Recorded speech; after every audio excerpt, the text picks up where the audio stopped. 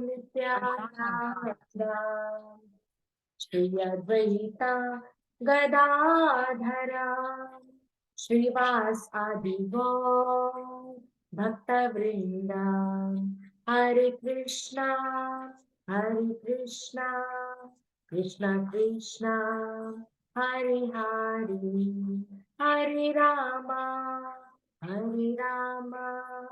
राम राम हरे हरे हरे कृष्णा कृष्ण कृष्ण हरे हरे हरे राम राम हरे हरे जय राधा गोकुलानंद राधे जय राधा बाकी बिहारी राधे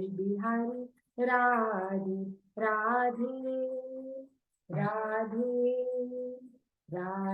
जय जय राधे निताय गौर हरि बोल निताय गौर हरि बोल जय जय गुरुदेव जय जय गुरुदेव। हरे कृष्णा कृष्ण कृष्णा हरे हरे हरे राम राम राम हरे हरे। ओम नमो भगवते वासुदेवाय ओम नमो भगवते वासुदेवाय ओम नमो भगवते वासुदेवाय ओम अज्ञानतिमिरान्धस्य ज्ञानाञ्जनशलाकया चक्षुन्मिलितं येन तस्मै श्रीगुरुवे नमः। श्रीचैतन्यमनोभीष्टं स्थापितं येन भूतले स्वयं रूपं कदा मह्यं ददाति स्वपदान्तिकं वन्देऽहं श्रीगुरून् श्रीयुतापदकमलं श्रीगुरून् वैष्णवांश्च श्रीरूपं सागरजातं सहगण रघुनाथान्वितं तं सजीवं साद्वैतं सावधूतं परिजनसहितं श्रीकृष्ण चैतन्य देवं श्रीराधा कृष्णपदान् सहगणा ललिता श्रीविशाखावतांश्च हे कृष्ण करुणा सिंधु दीनबंधु जगत्पति गोपेश गोपिका कांत राधा कांत नमोस्तुते तप्त कांचन गौरांगी श्री राधे वृंदावनेश्वरी वृषभानुसुदेवी प्रणमामि हरिप्रिय वाञ्छाकल्पतरुभ्यश्च कृपा सिन्धुभैव च पतितनां पावनेभ्यो श्री वैष्णवे भयो नमो नमः। जय श्री कृष्ण चैतन्य प्रभु नित्यानंद श्री अद्वैत गदाधर श्रीवास आदि गौर भक्त वृंद की जय। हरे कृष्णा कृष्णा कृष्णा हरे हरे हरे राम राम राम हरे हरे।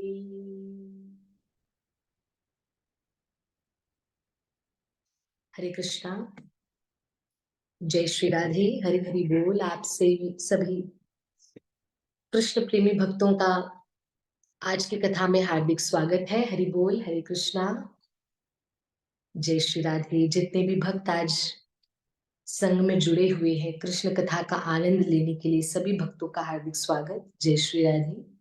आइए हम कथा प्रारंभ करते हैं ठाकुर जी की कृपा से, राधा रानी की कृपा से। जय श्री राधे। आज हम श्रवणम करने वाले हैं कुंती माता ने जो भगवान श्री कृष्ण की जो स्तुति की है। 500 पांडवों की माता जो कुंती मैया, उन्होंने भगवान की स्तुति की है, भगवान से प्रार्थना की है, भगवान की महिमा की है। तो आज हम उसका श्रवणम करने वाले हैं। और ये कथा आज और कल, आज भी एक कथा है और कल भी, क्योंकि एक दिन में समाप्त होने वाली नहीं है। क्योंकि कुंती महारानी, वैसे भागवतम में तो 2 पेज है, भागवत में 2 पेज में महिमा खत्म। मतलब कुंती महारानी ने जो स्तुति की है वो 2 पेज में, ऐसे बड़े बड़े 2 पेजेस में महिमा खत्म। पर आज की कथा में, और मुझे तो ऐसे लगता है कभी हम पूरा कर ही ना पाए, क्योंकि कुंती मैया का तो ठाकुर के प्रति जो भाव है वो तो एकदम अद्भुत है। पर हम इसको 2 दिन में डिवाइड कर रहे हैं, आधा आज सुनेंगे और आधा कल सुनेंगे। तो आप सभी भक्तों से मेरी प्रार्थना है आज और कल दोनों दिन जोड़ने का प्रयास करिएगा। इससे क्या है ना, कुंती महारानी की जो भगवान के द्वारा जो की हुई प्रार्थना है, उसको हम भी सीख जाएंगे और हमको भी आ जाएगा कि हमको भगवान से कैसे प्रार्थना करनी चाहिए। ये हम सीख रहे हैं, ठीक है? क्योंकि भगवान श्री कृष्ण से प्रार्थना करने का भी एक एक अपना ही एक अंदाज है। एक उसको प्रार्थना कहते हैं ना, जब भी जो भाव हृदय से निकलता है वो तो करना चाहिए, पर भगवान को कैसे शब्दों में बोलना चाहिए, भगवान को क्या कहना चाहिए। मुझे अभी भी याद है, मैंने कुछ टाइम पहले, अभी भी मुझे याद है, कुछ टाइम पहले मैंने ज़ूम पे ही आप भक्तों से छोटी-सी बात शेयर की थी कि अपने ठाकुर को प्यारे, मेरे लाल, मेरे नाथ, मेरे प्रभु, मेरे स्वामी, ऐसे ऐसे शब्दों से ठाकुर को बोला करिए। उनका नाम कृष्ण तो है, कृष्ण पूरा ब्रह्मांड कहता है, सारा संसार कहता है, गोविंद, माधव, कृष्ण, मुरारी, गोकुलानंद, बाकी बिहारी, सारा ब्रह्मांड इस नामों को जानता है। पर इस नाम के साथ हमको एक छोटा सा नाम और भी अपनी ओर से ऐड करना चाहिए। नाम अर्थात भाव। जैसे हमने कह दिया ये मेरे प्यारे हैं, या ठाकुर जी शब्द लगाओ या प्यारी शब्द लगाओ, तो ऐसा कुंती महारानी, पितामह भीष्म हमें यही सिखाती है। और आइए कथा के कथा के अंत में हम पितामह भीष्म वाली महिमा मुझे याद है। आप भक्तों से भी मैं प्रार्थना करूंगी कि आज की जो कथा जब हम एंड करेंगे तो उसमें 5-10 मिनट पितामह भीष्म की जो पॉइंट्स हैं, मैं आप सभी भक्तों से अनुरोध करूंगी कि एक एक करके आप अवश्य बताइएगा। और अगर समझो नहीं भी आ रहा है, कोई बात नहीं, अपना आप भाव प्रकट कर सकते हैं, कोई बात नहीं। तो आइए, पितामह भीष्म वाली पॉइंट्स हम लास्ट में, बट अभी हम आ रहे हैं कुंती महारानी ने जो कृष्ण की स्तुति की है, जो प्रार्थना की है, हम आज उस पे ध्यान देंगे, ठीक है? तो आइए, सबसे पहले मैं कुंती महारानी के भाव को प्रकट करती हूँ। अच्छा, ये प्रार्थना कुंती मैया ने कब की? ये प्रार्थना जो आज हम और आप सुनेंगे, ये उन्होंने कब की? ये उन्होंने तब की जब अश्वत्थामा, द्रोणाचार्य के पुत्र अश्वत्थामा, द्रोणाचार्य आप सभी भक्तों को पता है, 5 पांडवों के गुरु, पांचों पांडवों, कौरवों और पांडवों के गुरु द्रोणाचार्य, द्रोणाचार्य के बेटे अश्वत्थामा, जब अश्वत्थामा ने माता उत्तरा के गर्भ में ब्रह्मास्त्र छोड़ दिया था, माता उत्तरा के गर्भ को नष्ट करने के लिए, जो कि आखिरी पांडव बचा हुआ था, आने के लिए आखिरी पांडव बचा हुआ था, अर्जुन की पत्नी उत्तरा, क्षमा करिए क्षमा करिए, अर्जुन और सुभद्रा की बहू उत्तरा, अभिमन्यु की पत्नी उत्तरा।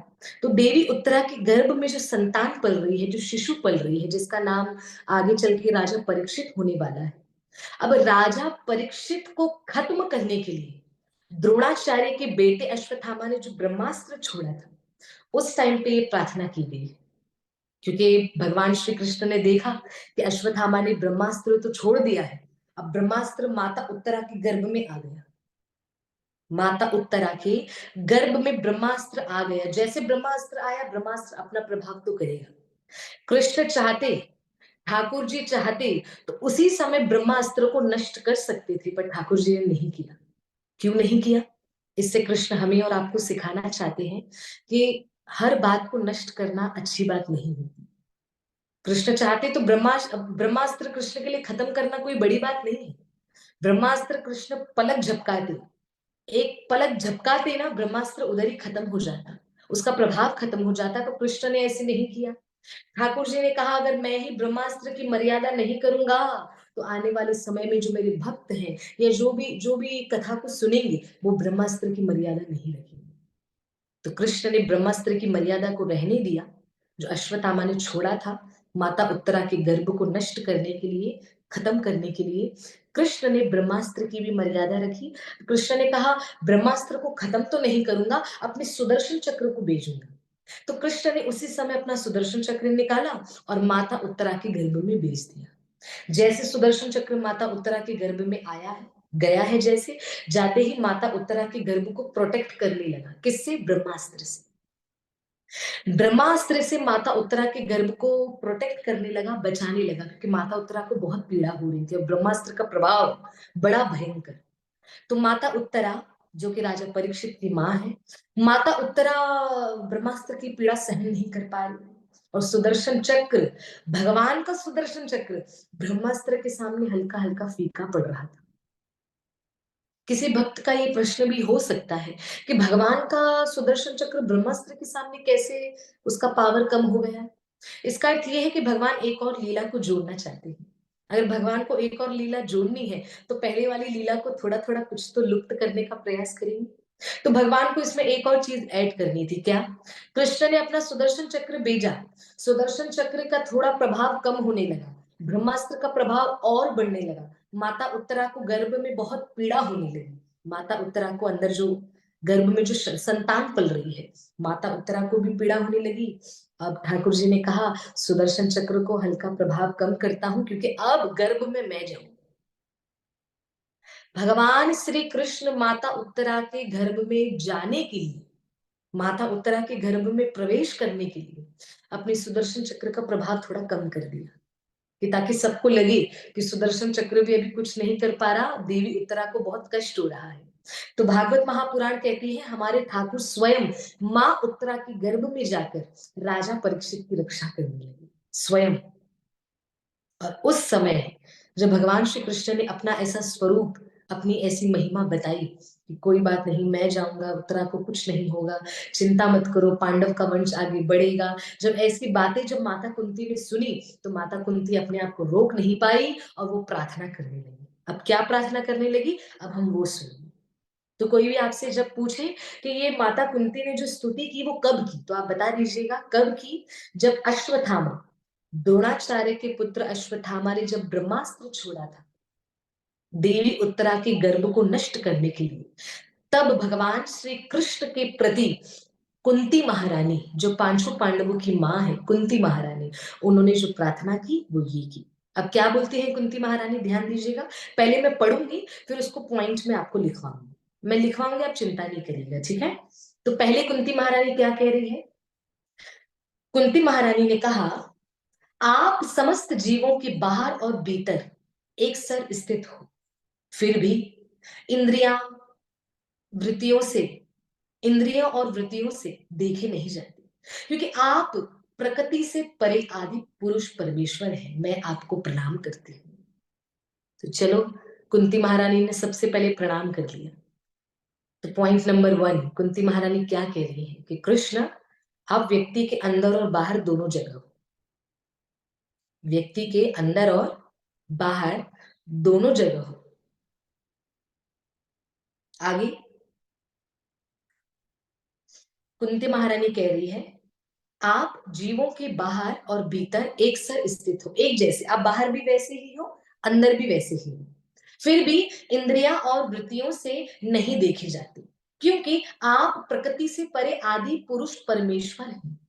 तो कुंती महारानी के पहली पॉइंट प्लीज नोट करिएगा, मैं आपको लिखवा रही हूँ। कुंती महारानी क्या कह रही है, कृष्ण, आप प्लीज नोट करिए, कृष्ण आप जीव के अंदर और बाहर दोनों जगह है। ये कुंती महारानी कह रही है, पॉइंट नंबर 1 में कह रही है कृष्ण आप जीवों के अंदर और बाहर दोनों जगह है। और उसी पॉइंट में प्लीज ऐड करिए, कुंती महारानी ये भी कह रही है अंदर और बाहर दोनों जगह है, फिर भी, फिर भी हम इन इंद्रियों से आपको नहीं देख पा रहे। इन इंद्रियां मतलब आंख नाक कान एक्सेट्रा जो हमारे अंदर है, हम उनसे भगवान को नहीं देख पाते। क्यों नहीं देख पाते, क्योंकि आप परम पुरुषोत्तम हैं। तो अगर किसी को लिखना है तो वो बड़ा सरलता से ये लिखिए, कृष्ण आप जीव जीव के भीतर और बाहर, अंदर और बाहर दोनों जगह है, पर फिर भी हम आपको नहीं देख पाते, क्योंकि आप परम पुरुषोत्तम हैं, क्योंकि आप परम पुरुषोत्तम हैं। मैं आपको प्रणाम करती, प्लीज नोट करिएगा। अगर कोई पुस्तक में कर रहे हैं तो बढ़िया, वरना तो मस्तक में, या तो याद रखिए तो भी चलेगा, कोई परेशानी नहीं। तो कुंती महारानी ने क्या बोला, पॉइंट नंबर 1 यहाँ पे खत्म होती है। कुंती महारानी ने क्या बोला, आपके लिए एक और बार रिपीट करती हूँ, कृष्ण आप जीव के अंदर और बाहर दोनों जगह हैं, फिर भी इन इंद्रियों से हम आपको नहीं देख सकते, क्योंकि आप परम पुरुषोत्तम हैं। मैं आपको प्रणाम करती हूँ। मैं गीता मैम या वंदिता माता जी, ये दोनों में से कोई एक अगर ये मैसेज के थ्रू भी सेवा कर ले, अगर आई मीन जूम पे जो मैसेज में लिखते हैं, अगर कोई ये लिख ले तो भक्तों के लिए और भी थोड़ा इजी हो जाएगा, क्योंकि काफी भक्तों के मुझे मैसेज आए हैं। वो क्या करते हैं, कभी कभी कोई चीज समझ नहीं आती या क्या कोई पॉइंट्स लिखते हैं तो वो जल्दी से स्क्रीनशॉट ले लेते हैं, तो काफी भक्तों को इससे हेल्प हो जाती है। तो गीता मैम या वंदिता माता जी दोनों में से कोई भी अगर ये थोड़ी सेवा कर ले मैसेज के थ्रू, हाँ बिल्कुल। आप समस्त जीवों के अंदर और बाहर ठाकुर आप विराजमान हैं। आप अपने शब्दों में भी लिख सकते हैं, जैसे वंदिता माता जी ने भी शेयर किया है। आप देखिए यहाँ पे वंदिता माता जी बता रही हैं, बहुत सुंदर। और समझो समझो कभी आप अपने ओन शब्दों में, अपने अपने खुद के शब्दों में भी लिखना चाहते हैं तो लिखिए, हमें कोई आपत्ति नहीं है। तो ठीक है, देखिए वंदिता माता जी ने यहाँ पे क्या लिखा है, प्लीज आप देखिए, मैं पढ़ रही हूँ। आप समस्त जीवों में बाहर और भीतर एक रूप समाये हुए हैं। ठीक है, मतलब व्याप्त है। ऐसे आदि पुरुष जो इंद्र इंद्रिय तृप्ति है, अर्थात इंद्रियों से जिनको जाना नहीं जा सकता, मैं आपको प्रणाम करती हूँ। बड़ा सरल। पॉइंट नंबर 1 3 लाइन में खत्म हो गई। क्या कि कृष्ण आप अंदर और बाहर दोनों जगह हो। ठीक है, आप दोनों जगह हो, और इन इंद्रियों से हम आपको देख ही नहीं पाते। क्यों? क्योंकि आप परम पुरुषोत्तम हो ना, और मैं आपको प्रणाम कर रही हूँ। बड़ा इजी, एकदम इजी करके अपने को चलना है। तो ठीक है, पॉइंट नंबर 1 में कुंती महारानी ने पहले कृष्ण को प्रणाम किया। तो आप भी समझ लीजिएगा, जब भी मैं आप हम सब जब कृष्ण कृष्ण से प्रार्थना करें ना, तो हमको भी पहले कृष्ण को प्रणाम करना है। कृष्ण को प्रणाम करके ये दिखाना है, कृष्ण की कृपा और अपनी एबिलिटी पहले कृष्ण को बतानी है कि कृष्ण आप परम पुरुषोत्तम हैं, पर मैं इन इंद्रियों से आपको देख नहीं सकता। तो इसका मतलब, अगर मैं अपनी सरल भाषा में बोलूं, तो कृष्ण क्या है वो भी उनको बता देना, और हम क्या है वो भी उनको बता देना कि कृष्ण आप परम पुरुषोत्तम है। आप परम पुरुषोत्तम है। आप तो जीव के अंदर और बाहर दोनों जगह बैठे हो, पर इन इंद्रियों से हम आपको देख ही नहीं सकते, आई मीन जान ही नहीं पा रहे। हम क्या, आप क्या परम पुरुषोत्तम है, पर फिर भी मैं आपको प्रणाम कर रही हूँ। तो कुंती महारानी यहाँ पे पॉइंट नंबर 1 उनकी प्रार्थना में कुंती महारानी बता रही है। मैं उम्मीद करती हूँ आपको आनंद आ रहा होगा, और आनंद को और बढ़ाने के लिए जब आप ये बात को सुने तो कृपा करके चिंतन करें कि कुंती महारानी किस प्रकार भगवान श्री कृष्ण के सामने हाथ जोड़कर इन सुंदर शब्दों को श्री कृष्ण के सामने कृष्ण को अर्पण कर रही है। ठीक है, तो चलो पहली पॉइंट हो गई। दूसरी पॉइंट में आ जाते हैं।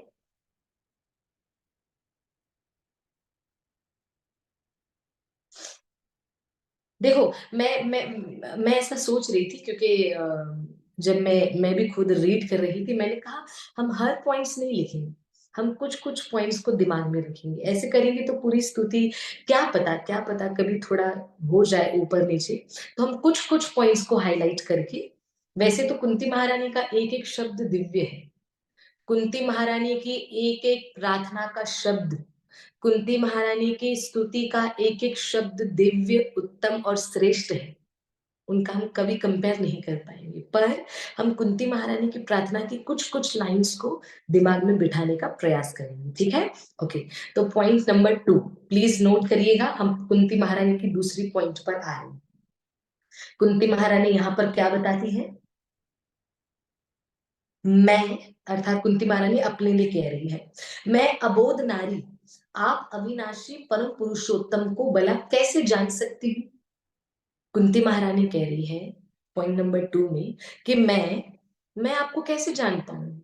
मैं अबोध नारी, मतलब मुझे ज्यादा कुछ पता नहीं है, मैं कुछ न जानती हूँ न कुछ समझती हूँ, मुझे किसी चीज का ज्ञान नहीं, फिर मैं आपको कैसे जान पाऊंगी। प्रार्थना का दूसरा स्टेप, प्रार्थना का पहला स्टेप क्या बताया, कृष्ण को बताइए कि वो कौन है, और कृष्ण ठाकुर को तो वैसे पता है कि वो कौन है, फिर भी तारीफ के थ्रू हमको ठाकुर जी के लिए बोलना है कि ठाकुर आप परम पुरुषोत्तम है, और मैं तो आपको जान ही नहीं पाती। तो पॉइंट नंबर 2 में कुंती महारानी क्या कह रही है, मैं अर्थात कुंती महारानी, मैं अबोध नारी आप अविनाशी पुरुषोत्तम पुरुषोत्तम को भला कैसे जान सकती हैं। आप तो अविनाशी है, मतलब आपका कभी अंत नहीं है, आपका कभी नाश नहीं है, आप सदा सर्वदा नित्य निरंतर थे, हैं और रहेंगे, मैं आपको कैसे जान सकती, क्योंकि आप परम पुरुषोत्तम है। कुंती महारानी यहाँ पे कृष्ण से प्रार्थना कर रही है। आगे सुनिएगा।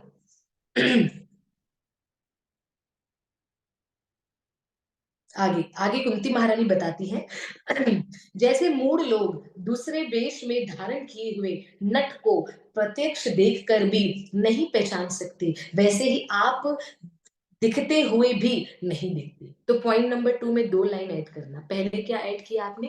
पहले ये ऐड किया कि कुंती महारानी कह रही है कि मैं आपको कैसे जान पाऊँगी? मैं अबोध नारी, यहाँ पे शब्द दिया हुआ है, अबोध नारी, आप अविनाशी पुरुषोत्तम को, अर्थात इसको सरल करके भी हम ये लिख सकते हैं कि मैं अबोध नारी, जिसको कुछ ज्ञान नहीं है, मैं आपको कैसे जानूँ? मैं आपको कैसे जान पाऊँगी? आगे ये लिखा, और उसमें सेकंड पॉइंट में ही आप लिखिए, जैसे कुंती महारानी एग्ज़ाम्पल लिख रही हैं। प्लीज़ आप सेकंड पॉइंट में एग्ज़ाम्पल भी लिख लीं। कुंती महारानी ने यहाँ पे एग्ज़ाम्पल दिया। क्या एग्ज़ाम्पल दिया? जैसे कोई नाटक करता है, जैसे कोई ड्रामा करता है ना? जब भी हम किसी का शो देखने जाते हैं, तो कोई ड्रामा कर रहा है, कोई नाटक कर रहा है ना? तो वो नाटक करने वाले व्यक्ति को हम नहीं पहचान पाते हैं, कभी वो क्या बनता है, कभी क्या, क्योंकि रूप बदलता है ना? तो कुंती महारानी भी कह रही है, वैसे ही आपने भी रूप बदला हुआ है, हम आपको नहीं पहचान पा रहे।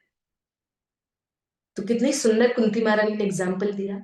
जैसे एक व्यक्ति अपने शो में कुछ नाटक करता है ना? पर वो ढका हुआ है, उसने अपना स्वरूप ढका हुआ है। कभी क्या बन रहा है, कभी क्या बन रहा है, कभी क्या बन रहा है, पर हम उसको नहीं पहचान पाते। उसी प्रकार हे कृष्ण, हम आपको भी नहीं पहचान पा रहे हैं, क्योंकि आपका स्वरूप ही वैसा है। ठीक है? तो प्लीज़ सेकंड पॉइंट में आपको क्या लिखना है, अपने ओन शब्दों में लिखिएगा। मैं एक और बार रिपीट कर रही हूँ, कुंती महारानी बता रही हैं, पहले क्या बताती हैं कि मैं अबोध नारी, मैं आपको कैसे जान सकती हूँ? आप परम पुरुषोत्तम हैं। फिर कुंती महारानी कह रही है एग्ज़ाम्पल, पॉइंट नंबर 2 एग्ज़ाम्पल क्या? जैसे कोई नाटक करने वाला व्यक्ति होता है, वेश बदल कर आता है। वेश बदल कर आता है, हम उसको नहीं पहचान पाते, उसी प्रकार हम भी आपको नहीं पहचान पा रहे। ठीक है? तो मैं उम्मीद करती हूँ आप समझ रहे होंगे कि कुंती महारानी भगवान कृष्ण की किस प्रकार प्रार्थना कर रही है। अभी तक हमारे 2 पॉइंट्स हो गए, ठीक है? आगे बढ़ते हैं, पॉइंट नंबर 3, तीसरे पॉइंट की तरफ बढ़ते हैं। अच्छा, ये वाली पॉइंट बहुत अच्छी है, मुझे बहुत अच्छी लगती है। आप शुद्ध हृदय वाले, विचारशील, जीवन मुक्त परमहंसों के हृदय में अपनी प्रेममयी भक्ति का सृजन करने के लिए अवतरित हुए हैं। कृष्ण आप यहाँ पे क्यों आए आपको पता है? कभी-कभी कृष्ण से ही बातें किया करो। मुझे अभी भी याद है, हम कभी-कभी जब राधा गोकुलानंद के पास मैं थी, मुझे अभी भी याद है, कभी-कभी वैसे बोलते हैं अपने भाव को शेयर नहीं करना चाहिए, पर आप सब हमारा परिवार हैं, हम सब मिल एक कृष्ण भक्त परिवार हैं। तो कृष्ण भक्तों के सामने शेयर करने में कोई आपत्ति नहीं है। मुझे अभी भी याद है, गोकुलानंद के सामने कभी-कभी हम ऐसी बात कर लेते हैं, कभी ऐसी मस्ती कर लेते हैं। तो मस्ती-मस्ती में मैं कभी ऐसे बोल दिया करती थी, आपको पता है आप यहाँ क्यों आए हो? आपको पता है आपने ये जगह क्यों चुनी है? तो ऐसे-ऐसे करके फिर आगे ऐसे बातें करती हूँ। तो कुंती महारानी भी यहाँ पे एक-एक पॉइंट कृष्ण को बता रही है कि कृष्ण आपको पता है आप यहाँ क्यों आए हो? आप इसलिए आए हो, आप शुद्ध हृदय वाले विचारशील व्यक्ति, जीवन मुक्त परमहंसों के हृदय में अपनी प्रेममयी भक्ति का सृजन करने के लिए अवतार लिए हो। तो पॉइंट नंबर 3 को बड़ा सरल लिखेंगे, सरल। मैं आपको बता रही हूँ, बड़े सरल शब्दों में लिखना है कि कृष्ण, आप अपनी प्रेमा भक्ति बढ़ाने के लिए, किसके हृदय में? जो शुद्ध है। शुद्ध हृदय वाले व्यक्ति के अंदर प्रेमा भक्ति, अपनी प्रेमा भक्ति बढ़ाने के लिए आपका अवतार हुआ है। पर अब तक तो हमने क्या सुना था? यदा यदा ही धर्मस्य। हमने ये सुना था अब तक कि कृष्ण का अवतार क्यों हुआ? दुष्टों का नाश करने, धर्म की पुनः स्थापना करने भगवान का अवतार हुआ। पर कुंती महारानी यहाँ पे एक और पॉइंट ऐड कर रही है। कुंती महारानी कह रही वो भी पॉइंट सही है। कृष्ण दुष्टों का नाश करने आए, धर्म की पुनः स्थापना के लिए आए हैं, सब अपने भक्तों की रक्षा के लिए आए हैं। वो तो पॉइंट एकदम करेक्ट है। पर कुंती महारानी एक और पॉइंट ऐड करना चाहती हैं कि आपको पता है आप क्यों आए हो? आप इसलिए आए हो कि जो शुद्ध हृदय वाले व्यक्ति है ना, शुद्ध हृदय वाले व्यक्ति, एक और बार रिपीट करती हूँ, शुद्ध हृदय वाले व्यक्ति के अंदर प्रेमा भक्ति बढ़ाने के लिए आपका अवतार हुआ है। आपका अवतार हुआ है। तो पॉइंट नंबर 3 हमने बताया, आप अपने ओन शब्दों में भी लिखेंगे, हमें बड़ा अच्छा लगेगा कि कुंती महारानी कह रही है कृष्ण शुद्ध हृदय वाले व्यक्ति के अंदर अपनी प्रेमा भक्ति बढ़ाने के लिए आपका अवतार हुआ है। तो जब ये इसलिए कुंती महारानी कह रही है अपने हृदय को शुद्ध कर दो, अपने हृदय को शुद्ध कर दो। शुद्ध कर देना अर्थात खाली कर दो, धो दो।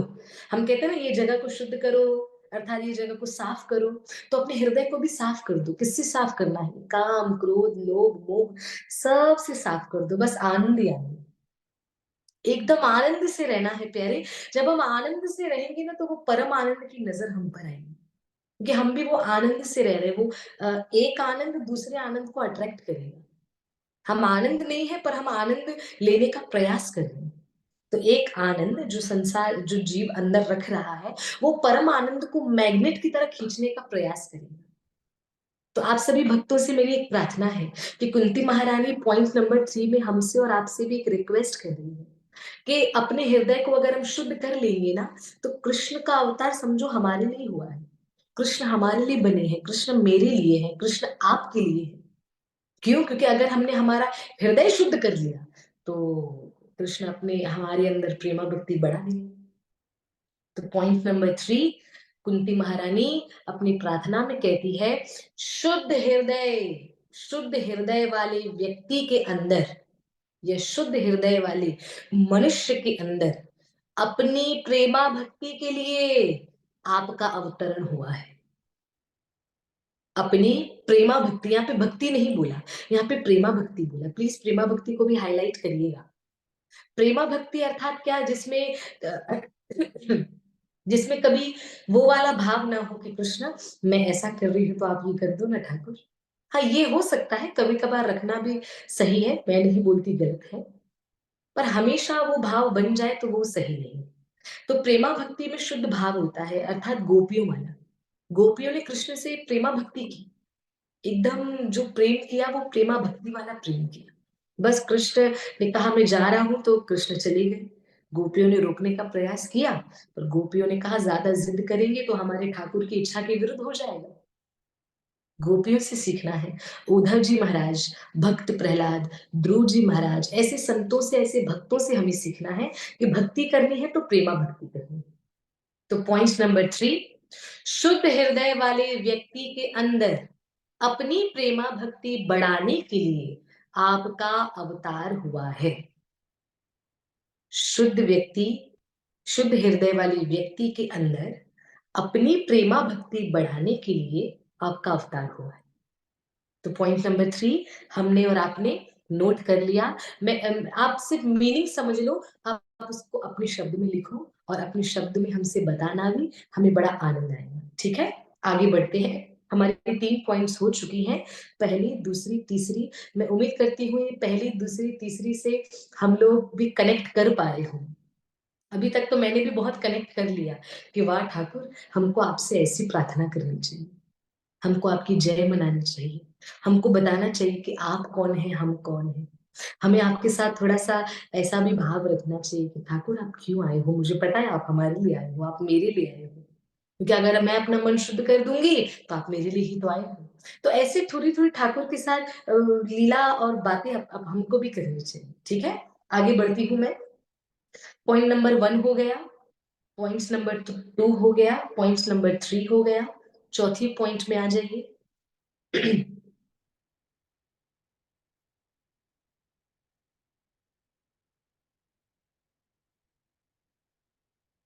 हाँ, ये भी पॉइंट नंबर 3 भी बहुत अच्छी है, बहुत मस्त है। इसमें कुंती महारानी, क्योंकि मैं बीच बीच में थोड़ा स्किप कर रही हूँ, कुंती महारानी ने बोला तो बहुत अद्भुत अद्भुत है, पर बीच बीच में हल्का सा हम लिखवा हो रहे हैं, जो लिखवाने का प्रयास कर रहे हैं और जो हमको याद भी करना चाहिए। अब कुंती महारानी यहाँ पे क्या लिखती है सुनिएगा।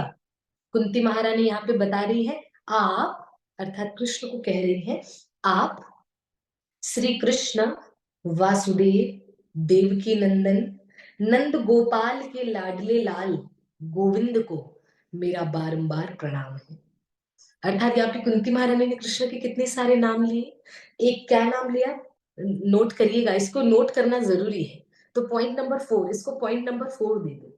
कुंती महारानी इसमें क्या लिख रही है? आप श्री कृष्ण, पहला नाम लिखिए श्री कृष्ण, दूसरा कह रही है वासुदेव, कृष्ण का एक नाम वासुदेव है, दूसरा नाम लिख रही है वासुदेव, तीसरा बता रही है देवकी नंदन जय हो जय हो, तीसरा रुक्मणी कुंती मैया कह रही है देवकी नंदन, क्या बात है, देवकी नंदन, चौथा कह रही है नंद गोपाल के लाडली, नंद गोपाल, नंद गोप, गोपाल नहीं, क्षमा करिए, नंद गोप के लाडली, नंद गोप, नंद बाबा को, क्योंकि नंद बाबा गोप थे ना, ग्वाले थे ना, नंद बाबा गोप थे ना, तो इसलिए कुंती महारानी कह रही है नंद गोप के लाडले लाल, नंद गोप के लाडले लाल गोविंद को, नंद गोप के लाडले लाल गोविंद को मेरा बारंबार प्रणाम है।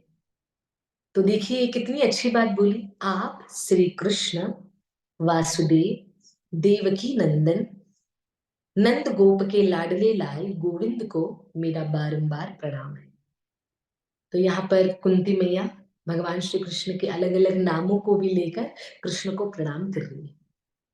तो कभी कभी हमको भी ऐसा करना चाहिए, मैं तो बोलती कभी कभी क्यों, नित्य नियम से, रोज रोज प्रभु को, रोज ठाकुर को कुछ ना कुछ नामों से पुकारना चाहिए, एकदम आनंद से। अच्छा, ये मैं आपको एक बात बताऊं, ये मैं आपके साथ शेयर कर रही हूँ। जैसे मेरे प्रभु अर्थात मेरे पति देव निमिष प्रभु, तो जब भी वो ऑफिस से आते हैं, तो ऑफिस से आते ही रूम खोलकर, जहाँ पे ठाकुर विराजमान है, खोलकर पहले राधा गोकुलानंद गोकुला बलराम दोनों को जब प्रणाम करते हैं, तो उठकर कभी, आज तक वो कभी ऐसे नहीं बोलते गोकुला बलराम, ऐसा नहीं बोलते, अलग अलग नाम लेते हैं, अलग अलग मस्ती में नाम लेते हैं। मेरे दोस्तों कैसे हो, मेरे प्यारे कैसे हो, मेरे ठाकुर कैसे हो, मैं उनसे रोज लड़ती हूँ, मैं बोलती हूँ गोकुला बलराम बोलो, गोकुला बलराम बोलो। फिर उन्होंने कहा हरी मैंने क्या आपसे ही सीखा है, आपने ही कहा है कि अपने ठाकुर को थोड़ा प्रेम भरे शब्दों से भी बुलाया करो। उस समय मैं मौन हूँ, मैंने कहा क्या बात, कभी कभी, कभी कभी राधा, मैंने उसी समय ठाकुर को धन्यवाद किया, मैंने कहा ठाकुर जी आपका धन्यवाद, क्योंकि ये पॉइंट मैं भूल गई पर आपने मुझे रिमाइंड कर, आपने मुझे रिमाइंड करवा दी, और कैसे करवा दी, इतने मस्त आनंद से, क्योंकि उनसे रोज रोज मैं लड़ती थी ये बोलकर कि भाई आप क्यों ऐसे बोलते हो, ऐसा नहीं बोलो, आप उनको सखा मत बोलो अपना, ऐसे नहीं, थोड़ा प्रेम से बोलो गोकुला बलराम की जय, गोकुला बलराम कैसे हो, गोकुला बलराम खाया आपने, गोकुला बलराम जल पिया, ऐसे बोलो। उन्होंने कहा गोकुला बलराम तो है, पर कभी कभार ऐसे आनंद वाला भाव भी चलता है, उस दिन से मैंने उनको टोकना बंद कर दिया। तो मेरे प्यारे, इसमें कुंती महारानी हमें बता रही है कि भगवान श्री कृष्ण को कभी कभार अलग अलग नामों से भी पुकारना चाहिए, बिल्कुल पुकारना चाहिए। और मुझे पता है आपका भी कोई कोई ठाकुर के प्रति कोई नाम फेवरेट होगा, कोई ठाकुर को लाला बोलते होंगे, कोई ठाकुर को सखा बोलते होंगे, कोई ठाकुर को प्यारे, कोई प्रिय, कोई प्रियतम, जो भी आपको कहना है ना। आगे आगे बढ़ते हैं, कुंती महारानी बहुत सुंदर प्रार्थना कर रही है। वाह भाई, वाह मनीष, मनीष कह रहे हैं कि मैं कहता हूँ भाई, वाह जय हो जय हो, ऐसे भाव को मेरा प्रणाम। आगे आगे बढ़ रही हूँ। हाँ, ये वाली पॉइंट भी बहुत अच्छी है, बहुत बहुत अच्छी है ये वाली पॉइंट, पॉइंट नंबर 5, पांचवी पॉइंट। प्लीज पांचवी पॉइंट बहुत ध्यान से लिखना, क्योंकि ये पॉइंट बहुत सुंदर है। पहले मैं पढ़ती हूँ, फिर मैं लिखवाती हूँ, ठीक है? पहले मैं पढ़ूंगी, आप ध्यान से सुनना, और फिर मैं लिखवाती हूँ। कुंती महारानी कह रही है जिनकी नाभि से, जिनकी अर्थात कृष्ण की, यहाँ पे कृष्ण की बात हो रही है, जिनकी नाभि से ब्रह्मा का जन्म स्थान कमल प्रकट हुआ है, जो सुंदर कमलों की माला धारण करते हैं, जिनके नेत्र कमल के समान विशाल और कमल है, जिनके नेत्र कमल के समान विशाल और कोमल है, जिनके चरण कमलों में कमल का चिन्ह है, श्री कृष्ण, ऐसे आपको मेरा बारंबार प्रणाम है, अर्थात अगेन अगेन प्रणाम। देखो कुंती महारानी बार बार प्रणाम कर रही है, बार बार। तो यहाँ पे क्या बोल रही है, अगेन एक और बार प्रणाम कर रही है, पॉइंट नंबर 5, पांचवी पॉइंट, प्लीज नोट करिएगा। कुंती महारानी क्या कह रही है, पहले तो कह रही है आपकी नाभि से, आपकी नाभि से ब्रह्मा का कमल स्थान प्रकट हुआ, अर्थात जो ब्रह्मा जी जिस पर विराजमान है, जिनकी नाभि से ब्रह्मा का जन्म स्थान कमल प्रकट हुआ, जो सुंदर कमल की माला धारण करती है। कुंती महारानी कह रही है, कृष्णा, या मैं तो बोलती हूँ अपने ओन वर्ड्स में लिखो, क्या लिखो? कृष्णा, आपकी नाभि से ब्रह्मा कमल पर बैठकर प्रकट हुए। दूसरा, उसी पॉइंट में ऐड करना, आप कमल की माला धारण करते हो। क्या बात है! आपकी आंखें, वो भी कमल के समान है और कोमल है। यहाँ पे लिखा है, कुंती महारानी क्या बता रही है? और जो सुंदर कमलों की माला धारण करते हैं, जिनके नेत्र कमल के समान विशाल है और कोमल है। तो पहले कृष्ण की नाभि की बात हुई, फिर कृष्ण की माला की बात हुई, फिर कृष्ण की आंखों की बात हुई। तो कृष्णा, आपकी नाभि से ब्रह्मदेव कमल पर बैठकर प्रकट हुए। उसी पॉइंट में ऐड करो, कृष्ण आप कमल की माला धारण करते हो। कृष्ण, आपके नयन, आपकी आंखें कमल के समान विशाल हैं और कोमल है। कमल के समान विशाल है और कोमल है। फिर उसमें बता रही है, और जिनके चरण चिन्ह में कमल का चिन्ह बना हुआ है, जिनके चरण कमल में, क्षमा करिए, जिनके चरणों में कमल का चिन्ह बना हुआ है, ऐसे कृष्ण को मैं बारंबार प्रणाम करती हूँ। तो एक और बार कुंती महारानी ने यहाँ पे प्रणाम किया। पहले नाभि की बात बोली, वो नाभि से ब्रह्मा जी को प्रकट करने की बात बोली। फिर दूसरी बात क्या बोली कि आप कमल के पुष्पों की माला पहनते हो, जय हो जय हो। फिर तीसरी बात क्या बोली, उसी लाइन में, पांचवी पॉइंट में तीसरी बात क्या बोली कि आपके जो नयन है वो कमल के समान विशाल है और कोमल है, ये कही। फिर बोल रही है कुंती महारानी, आपके चरणों में कमल का चिन्ह है, चिन्ह मतलब निशान, आपके चरण में कमल का चिन्ह लगा हुआ है। तो कितनी सुंदर पॉइंट यहाँ पे बोली। और यहाँ पे फिर एक और बार कुंती महारानी कह रही है, ऐसे कृष्ण को मेरा बारंबार प्रणाम है। बार बार कृष्ण को प्रणाम कर रही है, बारंबार कृष्ण को प्रणाम कर रही है। तो पॉइंट नंबर फिफ्थ, पांचवी पॉइंट, बहुत सुंदर है, बहुत बढ़िया, बहुत आनंदमय है। किस प्रकार कुंती महारानी बता रही है कि कृष्ण, आपकी नाभि से ब्रह्मा जी कमल पर बैठकर प्रकट हुए, आपके गले में कमल पुष्प की माला है, आपके नेत्र, आपके नयन कमल के समान विशाल है और कोमल है। फिर बता रही है कि आपके चरणों में कमल का चिन्ह बना हुआ है। तो ये कुंती महारानी यहाँ पे प्रार्थना कर रही है भगवान श्री कृष्ण की। तो पॉइंट नंबर फिफ्थ, ये भी बड़ी सुंदर है।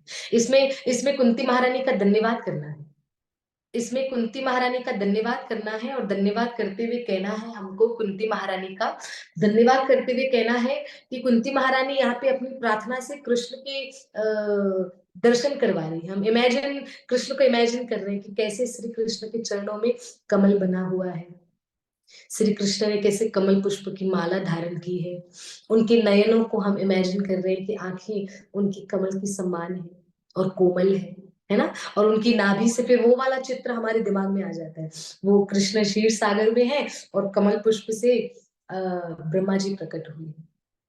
तो कुंती महारानी यहाँ पे कृष्ण के श्रृंगार का वर्णन कर रही है, माला पहनी हुई है, चरणों में निशान है, कमल का, आपकी आंखें कमल जैसी हैं। तो यहाँ पे कुंती महारानी ने जो कृष्ण के श्रृंगार का वर्णन किया वो बड़ा अद्भुत किया, बड़ा अद्भुत। आइए पॉइंट नंबर सिक्स, छठी पॉइंट पर आते हैं। पद्मनाभन स्वामी, जय हो। ठाकुर जी तो हमारे स्वामी है ना। उमा माता जी ने बहुत अच्छा मुझे याद करवाया, मुझे मैसेज के थ्रू बताया, पद्मनाभम स्वामी हमारे ठाकुर का एक नाम भी है। हमारे ठाकुर उस स्वरूप में भी है जो पद्मनाभ, अर्थात हमेशा पद्म कमल पुष्प पर विराजमान हमारे ठाकुर जी, है ना। ऐसे ठाकुर जी का बड़ा सुंदर दर्शन है। अभी चंदन यात्रा में भी जब डे वन, अक्षय तृतीया का दिन, चंदन यात्रा का पहला दिन अर्थात अक्षय तृतीया का दिन, उस दिन गोकुलानंद बनने वाले हैं क्या? तिरुपति बालाजी और महालक्ष्मी, राधा रानी रूप लेंगी महालक्ष्मी का। तो उसमें गोकुलानंद और राधा रानी को कमल पुष्प अर्पण किए जाएंगे। एक भक्त ने हमें ये संदेशा दिया, वैसे हमारा कोई विचार नहीं था, मेरे तो दिमाग में दूर दूर तक नहीं था। एक माता जी ने मैसेज किया, जब मैसेज किया तो मैंने कहा देख लूं माता जी का क्या मैसेज है।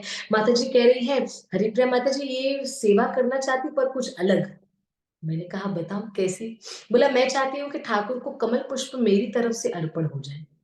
मैंने कहा बहुत बढ़िया। बोला तिरुपति बालाजी और महालक्ष्मी का स्वरूप। बोला हमने गोकुलानंद को ऐसा स्वरूप में कभी नहीं देखा। मैंने कहा ये पहली बार ले रही हूँ। विठल स्वरूप में सबने दर्शन किए हैं ठाकुर के, पर मैंने कहा ये वाला स्वरूप थोड़ा हटके होगा, कि जिसमें हमारे प्रभु बनेंगे, हमारे प्रभु तिरुपति बालाजी। जय हो जय हो। तिरुपति बालाजी का स्वरूप और महालक्ष्मी का स्वरूप, उसमें एक माता जी ने कमल पुष्प की सेवा दी। मैंने कहा ठीक है माता जी सेवा हो जाएगी। बोला माता जी मुझे बहुत अच्छा लगेगा, क्योंकि कमल पुष्प, क्योंकि वो राधा स्तोत्रम रोज पढ़ती है, और उस राधा स्तोत्रम में एक लाइन राधा रानी की इस प्रकार है कि राधा रानी को पद्मा नाम दिया हुआ है, अर्थात उनको लोटस भी बहुत पसंद है। राधा रानी को ये नाम भी अति प्रिय है, और महालक्ष्मी को भी ये अर्पण किया जाता है। तो कमल पुष्प की तो महिमा अपनी अलग है ना। तो आइए आगे बढ़ती हूँ, पॉइंट नंबर 6, छठी पॉइंट पर हम आ रहे हैं।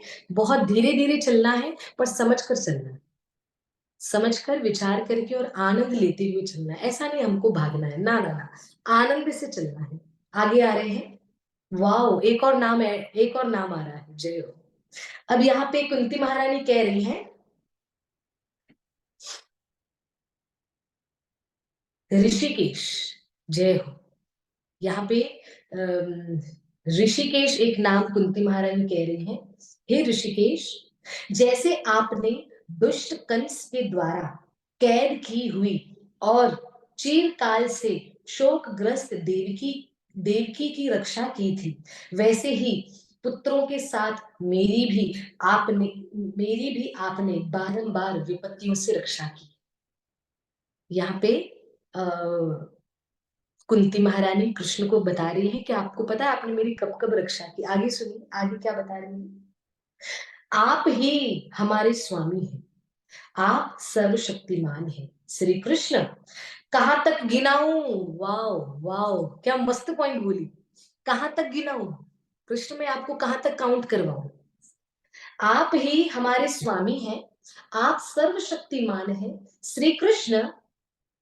कहां तक आपको गिनाऊं, विशेष से विशेष से लक्षाग्रह की भयानक अग्नि से, हिडिंबा आदि राक्षसों की दृष्टि से, दुष्टों की घृत सभा से, वनवास की विपत्तियों से, और अनेक बार के युद्ध में अनेक महारथियों के शस्त्रों से और अभी अभी इस अश्वत्थामा के ब्रह्मास्त्र ब्रह्मास्त्र से भी आपने ही हमारी रक्षा की। जय हो जय हो। पॉइंट नंबर 6 में प्लीज लिखिएगा। हमने पूरा पढ़ा, पर हम इसके एक कुछ कुछ पॉइंट्स को हाईलाइट करके लिखेंगे। कुंती महारानी यहाँ पे क्या बता रही है। पहले तो कुंती महारानी यहाँ पे कह रही है बहुत सुंदर, कि जैसे आपने कंस की, पहले समझ लेना है फिर हम लिखाते हैं। जैसे आपने कंस से देवकी की रक्षा की, है ना, जैसे आपने कंस से देवकी की रक्षा की, फिर बड़े बड़े राक्षसों से, बड़े बड़े शस्त्रधारी महारथियों से, और ये हम जब वनवास गए वहां की विपत्तियों से, हर किसी विपत्तियों से आपने हमारी रक्षा की। और इसमें यहाँ पे बता रही है, कुंती महारानी कह रही है, आप ही हमारे स्वामी हैं और आप ही सर्वशक्तिमान हैं। आप ही हमारे स्वामी हैं और आप ही सर्वशक्तिमान हैं। तो मतलब यहाँ पे अगर हमको सरल शब्दों में लिखें, आपने सुन तो सब लिया, पर सरल शब्दों में लिखिए कि कुंती महारानी कृष्ण को क्या बताती हैं। हे कृष्ण, आपने हमारी हर प्रकार से रक्षा की, मतलब सब तरीके से कृष्ण ने रक्षा की, हर प्रकार से कहो या हर जगह से कहो। कृष्ण, आपने हमारी हर बार रक्षा की है। आप ही हमारे स्वामी हैं और आप सर्वशक्तिमान हैं। हो गई, पॉइंट नंबर 6 हो गई। क्या बताया, एक और बार रिपीट करती हूँ। हे कृष्ण, आपने हमारी हर बार रक्षा की है। आप हर बार लिखेंगे तो सारी वो बातें आ जाएंगी जो कुंती महारानी ने कृष्ण को काउंट करके बताया ना। ऐसा। तो क्या बताया यहाँ पे कुंती महारानी ने, हे कृष्ण, आपने हमारी हर बार रक्षा की है, हर जगह से रक्षा की है, आप ही हमारे स्वामी हैं, आप सर्वशक्तिमान हैं। हो गई, पॉइंट खत्म। आप ही हमारे स्वामी हैं। यहाँ पे श्रील प्रभुपाद जी की वो बात याद आ गई। श्रील प्रभुपाद बताते हैं ना कि श्री कृष्ण ही भगवान है, ऐसा हमको दिमाग में बिठा लेना चाहिए। फिर हमारा मन कहीं जाएगा ही नहीं, हम कहीं और जा ही नहीं पाएंगे। हमारा हृदय केवल ठाकुर में ही लगा रहेगा मेरे प्यारे। तो श्रील प्रभुपाद की भी ये पॉइंट कुंती महारानी के साथ मुझे याद आ गई कि प्रभुपाद भी यही बोलते कि कृष्ण ही भगवान है। जैसे कुंती महारानी ने कहा, आप ही हमारे स्वामी हैं, और कोई स्वामी है ही नहीं, आप ही हमारे स्वामी हैं और आप ही सर्वशक्तिमान हैं। कितनी सुंदर बात कही। तो पॉइंट नंबर 6 आप सभी भक्तों के लिए एक और बार मैं रिपीट करना चाहती हूँ। यहाँ पे कुंती महारानी कह रही है, हे कृष्ण, आपने हमारी हर बार रक्षा की, हर जगह से रक्षा की, आप ही हमारे स्वामी हैं और आप सर्वशक्तिमान हैं। अब उस रक्षा में कृष्ण ने क्या क्या रक्षा की थी, जैसे कुंती महारानी ने लिखाया, जैसे आपने कंस से देवकी की रक्षा की थी, कंस के कैद से देवकी की रक्षा की, वैसे आपने मेरे बच्चों की और मेरी रक्षा की।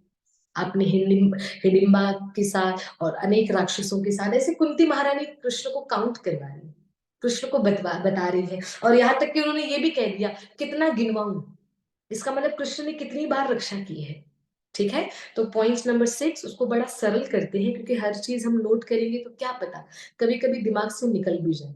पर इतना सुन लेना है कि कुंती महारानी ने किस प्रकार कृष्ण को प्रार्थना की। तो क्या कहा, हे कृष्ण, आपने हमारी हर बार हर जगह से रक्षा की, आप हमारे स्वामी हैं और आप सर्वशक्तिमान हैं। तो कुंती महारानी के साथ आज आप और मैं, ध्यान से सुनिएगा, कुंती महारानी के साथ साथ आज आप और मैं ये निश्चय कर लेते हैं, ये ठान लेते हैं कि आज से यही कहना है कि श्री कृष्ण आप ही हमारे स्वामी हैं। कभी वो भाव ना आए ना कि कृष्ण आप भी हमारे स्वामी हैं। कृष्ण कभी ऑप्शन में नहीं आते। कृष्ण हमेशा हमारी पहली चॉइस थे, हैं और हमेशा रहेंगे। कभी ऑप्शन में कृष्ण आने लगे तो समझ जाना कि कहीं हमारी भक्ति डगमगा रही है। डगमगाना मतलब कहीं भक्ति डामाडोल हो रही है, हिल डुल रही है। कभी कृष्ण को ऑप्शन में मत रखने देना। Krishna always first. कृष्ण कृष्ण नाम, कृष्ण लीला, कृष्ण कथा, कृष्ण दर्शन, कृष्ण चिंतन, जो भी ऑलवेज फर्स्ट। हमारा प्रायोरिटी, हमारा पहला कर्तव्य केवल श्री कृष्ण के प्रति होना चाहिए। ठीक है। तो हमने कितनी पॉइंट, हमारी 6 पॉइंट है ना, 6 पॉइंट हमारी हो गई। 7 पॉइंट करके खत्म करूंगी, फिर हम वो 7 पॉइंट का रिवीजन करेंगे। हरे कृष्ण, हरे कृष्ण जी। अभी हमारी आवाज अच्छे से आ रही है? जय श्री राधे, हरे कृष्णा, हरि बोल, हरि हरि बोल जी। जी जी। आ, आवाज आवाज अगर नहीं आ रही तो आप कृपा करके लीव होकर फिर ज्वाइन करें।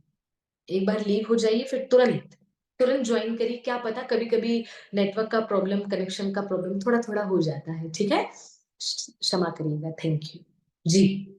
आगे बढ़ते हैं। 6 पॉइंट हम, हाँ आ रही है, वेरी गुड, धन्यवाद धन्यवाद। अभी हमारी 6 पॉइंट हो चुकी है। आ जाइए पॉइंट नंबर 7, 7वीं पॉइंट पर आ जाइए।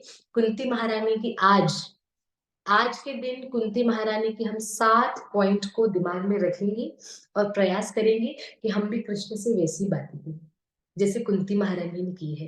कृष्ण को प्रणाम कर रही है, कृष्ण को काउंट करवा रही है, आपको पता है आपने मेरी कब कब रक्षा की थी। तो कभी हम और आप भी ऐसा करें तो कितना मजा आ जाए। ठाकुर भी आनंद से मस्त सुनेंगे कि वाह, मेरा भक्त मुझे बता रहा है कि मैंने इसकी कब कब रक्षा की। अर्थात हम भी कृष्ण का धन्यवाद भाव, कृतज्ञ भाव कृष्ण के द्वारा प्रकट कर रहे हैं। आपको पता है, मैंने कहीं पर सुना, कोई वैष्णव बहुत सुंदर बता रही थी कि प्रभु श्री रामचंद्र को मर्यादा पुरुषोत्तम के नाम से तो पूरा संसार जानता है, पर प्रभु श्री राम के अंदर एक और क्वालिटी थी। प्रभु श्री राम तो पूरी क्वालिटी का पूरा खान है। प्रभु श्री रामचंद्र उनके अंदर समस्त क्वालिटी, समस्त गुण, समस्त समस्त समस्त गुण है, पर उनका एक गुण पूरे संसार को पता है, कौन सा? कि वो मर्यादा पुरुषोत्तम, ऑलवेज मर्यादा में रहते हैं। ये तो हर कोई जानता है। पर मुझे लगता है कि इसके साथ साथ मैंने किसी वैष्णव से सुना, आपको बता रही हूँ, कि भक्त वो बता रहे थे कि इसके साथ साथ हमें एक और गुण रामचंद्र का याद ध्यान में रखना चाहिए। कौन सा? कि रामचंद्र हमेशा धन्यवाद कहते थे। वो थैंक यू बोलना कभी भूलते नहीं थे। वो हमेशा सामने वाले के प्रति थैंकफुल रहते थे कि इन्होंने हमारे लिए ये किया है। अर्थात धन्यवाद भाव कैसे? कि ठाकुर, कृष्ण, गोविंद, अर्थात और साथ ही साथ गोविंद के भक्त, आपका सभी का धन्यवाद। तो राम जी के अंदर सारी क्वालिटीज तो है, पर राम जी पूरे ब्रह्मांड में जाने जाते थे मर्यादा पुरुषोत्तम।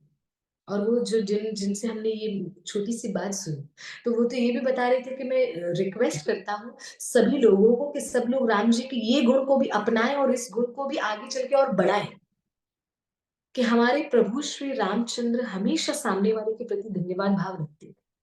कोई इतना भी करता था, इतना भी, जैसे सबसे बड़ा एग्जाम्पल, जब प्रभु श्री रामचंद्र जब माता सीता को लेने जा रहे थे लंका, तो बीच में समुद्र था। तो जब सेतु बना रहे थे समुद्र के ऊपर, तो आप सभी को पता है सब लोग सेतु बनाने के लिए बड़े बड़े पत्थर ला रहे हैं, समुद्र में डाल रहे हैं। तो वहां पे छोटी सी गिलहरी थी, आप सभी ने देखा और आप सभी ने सुना है, आप सभी ने टीवी शोज में बहुत कुछ रामायण के ऊपर बहुत कुछ बना है, आपने सभी ने देखा है। तो उसमें छोटी सी गिलहरी, वो भी श्री रामचंद्र की सेवा करती है। वो छोटी गिलहरी, इतनी छोटी सी गिलहरी को भी रामचंद्र उठाकर उस पर हाथ फेरते हैं और बस अपनी कृपा का पात्र बना देते हैं। ये तो सबने देखा कि रामचंद्र ने उस पर कृपा की और गिलहरी को कह दिया, वाह गिलहरी तू तो बड़ी भाग्यवान है, जय हो कि तुझ पर रामचंद्र की कृपा है। पर ये नहीं देखा कि रामचंद्र उस गिलहरी पर कृपा करने से पहले उस गिलहरी को धन्यवाद कह रहे हैं। क्यों धन्यवाद? कि आप भी इस कार्य में लग रही हो, आप भी सेवा में लग रही हो। तो कृपा करके आपके जीवन में कोई ऐसे व्यक्ति हैं, कोई ऐसे लोग हैं, हमेशा उनका धन्यवाद करना चाहिए। पहले तो धन्यवाद ठाकुर का, पहला धन्यवाद हमारे गोविंद का, पहला धन्यवाद हमारे गुरु महाराज का, पहला धन्यवाद हमारे माता पिता का। इनको तो धन्यवाद करना कभी क्षण क्षण करते रहो, बारंबार करते रहो। हमारे गुरु गोविंद, माता पिता, बारंबार धन्यवाद, और उनका धन्यवाद करने में कभी लाज शर्म आनी ही नहीं चाहिए, कभी नहीं आनी चाहिए। फिर उसके बाद उन लोगों का भी धन्यवाद हमें करना चाहिए जो हमारे जीवन में कृष्ण भक्ति लेकर, राधा रानी की भक्ति लेकर आए, श्रीमती राधा रानी से मिलाया, श्री कृष्ण से मिलाया। ये और मैं तो सच्ची बताऊं, उन लोगों का भी धन्यवाद करना चाहिए जो कृष्ण भक्ति करने में हमको हेल्प कर रहे हैं, सपोर्ट कर रहे हैं, जय हो, उनका भी धन्यवाद। हाँ हाँ बिल्कुल, अगर उनका साथ नहीं होता तो हम भक्ति कैसे कर पाते, है ना? हम भक्ति कर ही नहीं पाते। अभी जैसे यहाँ पर आने के बाद मैं जब पहला, क्योंकि मेरे साथ भी यहाँ पर लीला हुई, क्या लीला हुई, मैं जैसे लंदन आई तो मैंने निमिष प्रभु को कहा था, मैंने कहा था कि जो ठाकुर है, मुझे जो लंदन में जो ठाकुर जी हैं, और यहाँ के ठाकुर जी का नाम है श्री श्री राधा गोकुलानंद।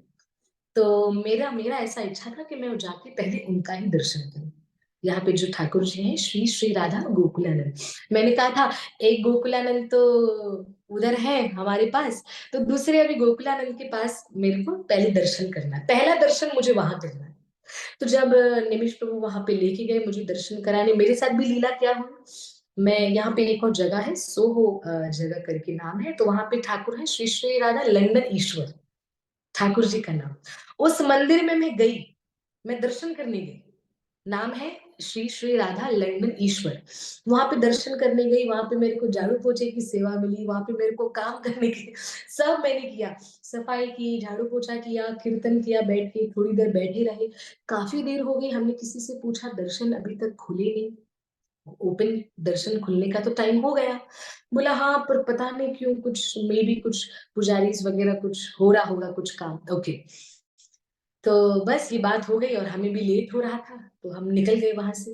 तो मैं बड़ी उदास हो गई, मैंने कहा ठाकुर ने मुझे दर्शन नहीं दिए। तो उसी समय निमिष प्रभु ने कहा, अरे चिंता मत करो, आप ही ने तो बोला था कि मुझे यहाँ पे आके सबसे पहले राधा और गोकुलानंद के दर्शन करें। तो आपको लंदन ईश्वर कैसे दर्शन देंगे? जब उन्होंने ये बात बोली मैं मुस्कुरा उठी, मैं हँस पड़ी, मैंने कहा वाह! और जब राधा गोकुलानंद का दर्शन मैंने किया, फिर उनको मैंने धन्यवाद किया और दूसरा धन्यवाद मैंने अपने प्रभु को किया। मैंने कहा प्रभु आपका धन्यवाद, अगर आप नहीं होते तो ऐसे सुंदर ठाकुर का दर्शन, श्री श्री राधा गोकुलानंद, उनका दर्शन मैं कर ही नहीं पाती। तो जब उनका भी धन्यवाद किया, अभी वो भी सीख गए, वो भी बार-बार मेरा धन्यवाद। मैं उनको प्रसाद थाली में देती, बोलते धन्यवाद, मैंने कहा बाप रे! कभी-कभी होता है ना हमारा बोलना हम पर भारी पड़ जाता है।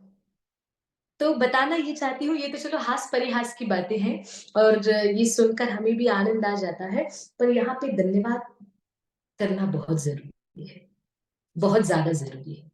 ठीक है मेरे प्यारे, तो मैं आप सभी भक्तों के साथ ये धन्यवाद भाव से मैं ये डिस्कस कर रही थी कि किस प्रकार ठाकुर का धन्यवाद, गुरु का धन्यवाद, माता-पिता का धन्यवाद, उन लोगों का धन्यवाद जो हमको भक्ति में खींच रहे हैं। मैं तो सच्ची बताऊँ, जिनसे आप दुखी होकर सुनिएगा प्लीज़, प्लीज़, प्लीज़ नोट करना, दिमाग में नोट करना। जिनसे आप दुखी होकर या जिन्होंने आपका दिल तोड़ दिया और आप कृष्ण की तरफ आ गए, प्लीज़, प्लीज़, प्लीज़ उनको व्हाट्सएप करके बोलो थैंक यू सो मच। पता है इससे क्या होगा? ओहो! मैं सच्ची बताऊँ राधा रानी ने उनको भेजा है। राधा रानी ने मुझे काफ़ी भक्त मुझे कभी-कभी फ़ोन करके बताते हैं, "हरे प्रमाता जी, उन्होंने हमसे ऐसा किया, हरे प्रमाता जी, हमने भी उनके साथ वैसा किया, हरे प्रमाता जी, ये भी वैसा था, हरे प्रमाता जी, वो भी वैसी थी, हरे प्रमाता जी, आपको पता है मैं तो बहुत गलत हूँ।" तो काफ़ी भक्त जब शेयर करते हैं ना, तो मैं भी कभी-कभी सोचती हूँ, ओए होए! मैंने कहा एक काम करते हैं, उनको बोलते हैं कि आप इसका एक ही सॉल्यूशन है, उनको आप थैंक यू बोल दो, क्योंकि उनकी वज़ह से आप कृष्ण भक्ति में आ गए। क्योंकि वो खुद ही बताते हैं, हरिप्रा माता जी अगर हम वहाँ से हर्ट नहीं होते ना, तो कृष्ण भक्ति में अभी तक आते ही नहीं। और भगवद गीता में भी कृष्ण ने कहा है कि अर्जुन से कहा है, कोई दुखी होकर मेरे पास आता है, कोई शंका लेकर मेरे पास आता है कि देखें तो सही कृष्ण है कि नहीं, है ना? कोई प्रेम से आता है, कोई दुखी होकर आता है, कोई कृष्ण के पास डाउट लेकर आता है। अब आप सोचना कि हम कृष्ण कृष्ण के पास किस तरीके से गए हैं। और अगर आपका हृदय कहे कि हम बस प्रेम से गए हैं, तो समझ जाना आनंद ही आनंद। जय श्री राधे। तो प्लीज़ हमको उन सबका धन्यवाद करना है जो कृष्ण की ओर हमें बढ़ा रहे हैं और हमें लेके जा रहे हैं। प्लीज़ आगे की पॉइंट में खत्म करते हुए, आज 7th पॉइंट करते हुए हम आगे वाणी को विराम देंगे। जय श्री राधे। आगे बता रही हूँ, आगे पढ़ रही हूँ, सुनिएगा क्या कुंती महारानी क्या कह रही है। कुंती महारानी कह रही है, जगत गुरु जय हो।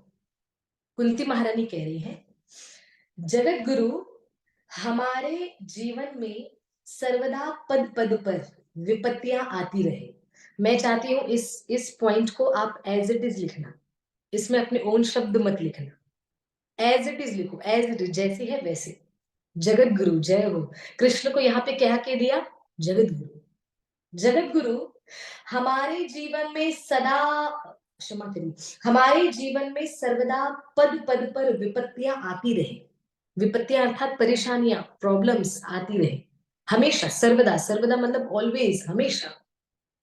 जगत गुरु हमारे जीवन में सर्वदा पद पद पर, अर्थात पग पग, यहाँ पे हम चलने पर, कदम कदम पर, कदम कदम पर विपत्तियां आती रही, क्योंकि विपत्तियों में ही निश्चित रूप से आपके दर्शन हुआ करते हैं।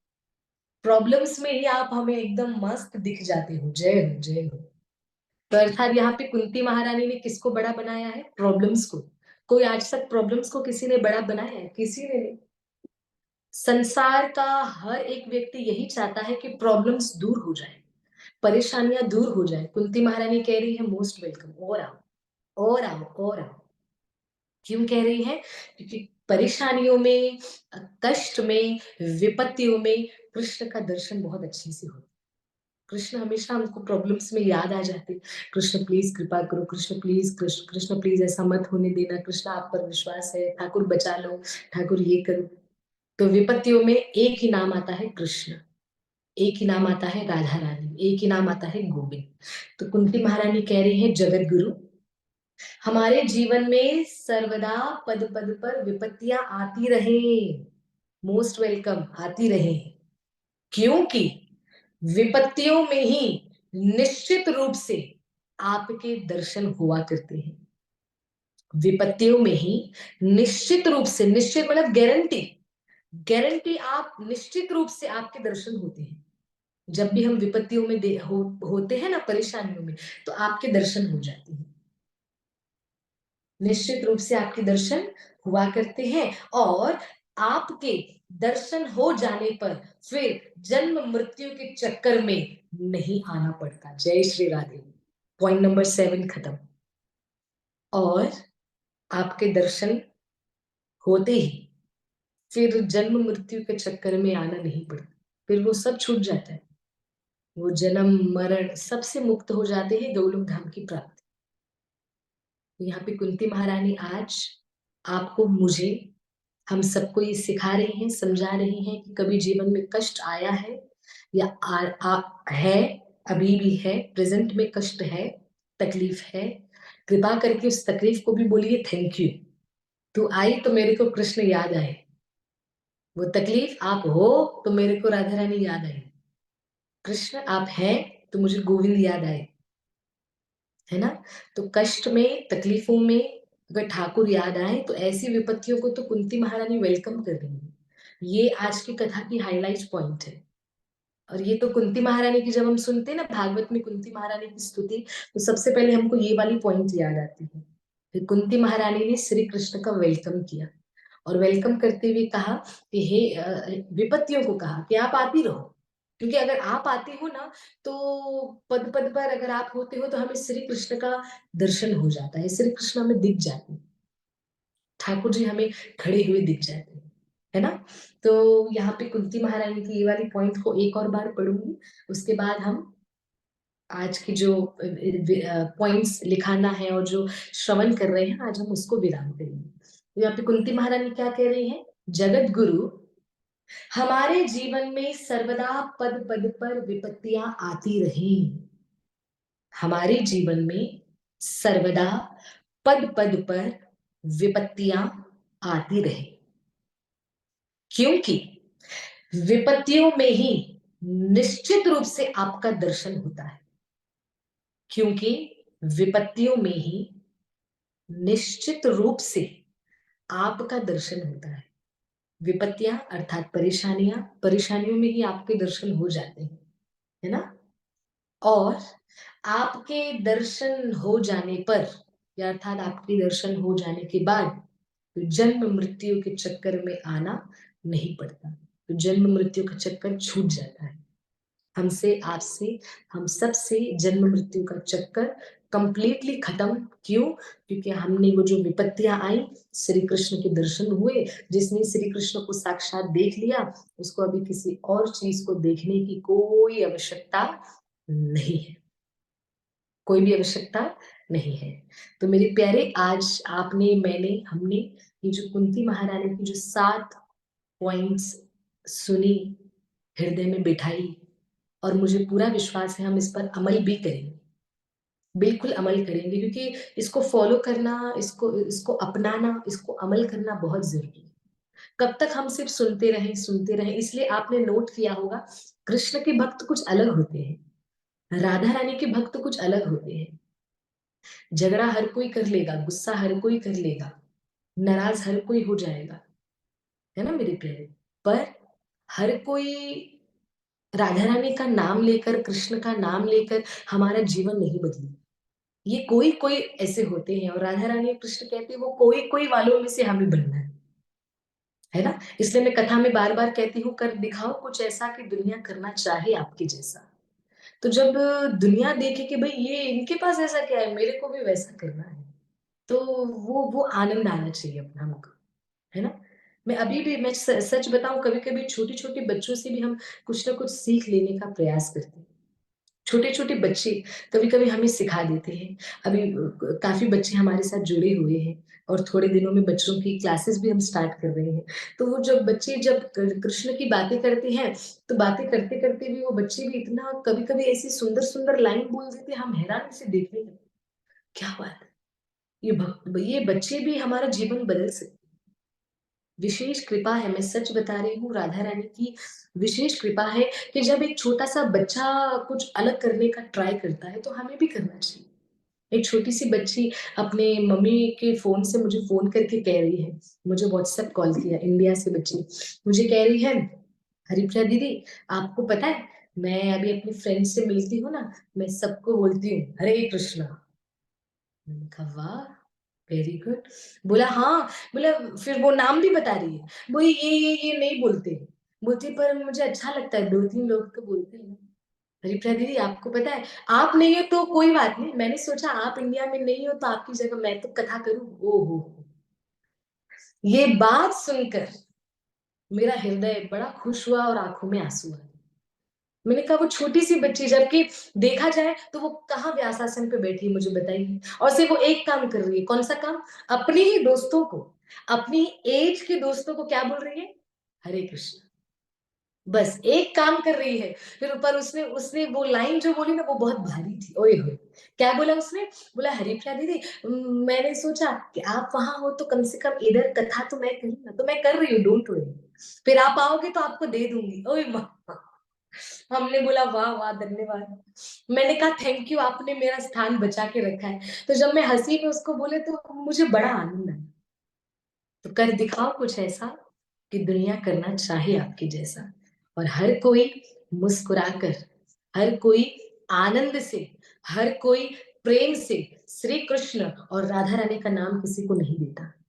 और अगर आप किसी को दे रहे हैं, आप भी किसी को भक्ति में लेकर आ रहे हैं, किसी को राधा रानी का नाम बोल बोल रहे हैं कि आप भी बोलिए, राधे बोलिए, आप भी राधा रानी का दर्शन करिए। चलिए, आप आज मंदिर चलिए, आप दर्शन करिए। ये विशेष कृपा है। ये हर कोई नहीं करता। तो थोड़ी अलग हमको गिनती में काउंट होना है। सबकी गिनती में नहीं काउंट होना। तो कुंती महारानी, इसलिए तो देखिए ना, प्लीज़ कथा को विराम करते हुए लास्ट पॉइंट आप सभी, आप अपने हृदय में जवाब दीजिएगा कि जिस कुंती महारानी की हम महिमा पढ़ रहे हैं, तो कुंती महारानी आज शारीरिक रूप से क्या हमारे साथ है? वो तो है नहीं। कुंती महारानी, जिन कुंती महारानी की हम इतनी महिमा वो भागवत महापुराण में लिखी हुई है, जय। कौन सा भागवत महापुराण? ये भागवत महापुराण जो घर में रखने मात्र से घर वृंदावन बन जाता है। उस भागवत महापुराण में कुंती महारानी की महिमा लिखी हुई है। क्या महिमा, इतनी महिमा कि कुंती महारानी ने श्री कृष्ण की ऐसी स्तुति की। कुंती महारानी की स्तुति पढ़नी चाहिए, सब करना चाहिए। हमने तो वृंदावन के संतों से यहाँ तक सुना है कि जब एक स्त्री गर्भवती होती है, तो उसको कुंती महारानी की स्तुति अवश्य पढ़नी चाहिए। क्योंकि कुंती महारानी ने जब कृष्ण से प्रार्थना की तो वो तो एक माँ का भी भाव था और एक भक्त का भी भाव था। तो जब एक स्त्री माँ बनने वाली होती है, तो माँ और भक्त का दोनों का मिक्सचर उस स्त्री के अंदर होता है और वो संस्कार उसके बच्चे में जाती है। तो उसको कुंती महारानी की स्तुति भागवत महापुराण वाली वो अवश्य पढ़नी चाहिए। एक संत, वृंदावन के संत बता रहे थे अपनी कथा में, तब हमने सुना तो मुझे बहुत अच्छा लगा, बहुत अच्छा लगा। कुंती महारानी शारीरिक रूप से हमारे साथ नहीं है, पर आज भी हम और आप उनकी कथा सुन रहे हैं। जय हो। क्यों सुन रहे हैं? क्योंकि उन्होंने महिमा भी किसकी करी? कृष्ण की। अगर इस जगह कुंती महारानी किसी और के बारे में बोलती, प्लीज मुझे बताइए कि आज आप और मैं सुन रहे होते?